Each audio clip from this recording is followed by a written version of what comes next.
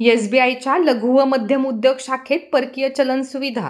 जिल्हाधिकारी डॉक्टर किरण पाटील यांच्या हस्ते उद्घाटन. व्यापारी, उद्योजक व निर्यातदारांना दिलासा. जिल्ह्यातील निर्यातदारांना परकीय चलनाशी संबंधित व्यवहार करण्यासाठी मलकापूर येथील स्टेट बँक ऑफ इंडियाच्या लघु व मध्यम उद्योग शाखेत नव्याने परकीय चलन सुविधा सुरू करण्यात आली आहे. या सुविधेचे उद्घाटन जिल्हाधिकारी डॉक्टर किरण पाटील यांच्या हस्ते बुधवारी करण्यात आले. अमरावती विभागातील सर्वाधिक निर्यात बुलढाणा जिल्ह्यातून होत असल्यामुळे ही शाखा अत्यंत महत्त्वाची ठरणार आहे. या शाखेच्या माध्यमातून निर्यातदारांना परकीय चलनाशी संबंधित व्यवहार थेट मलकापूरमध्येच करता येणार आहेत.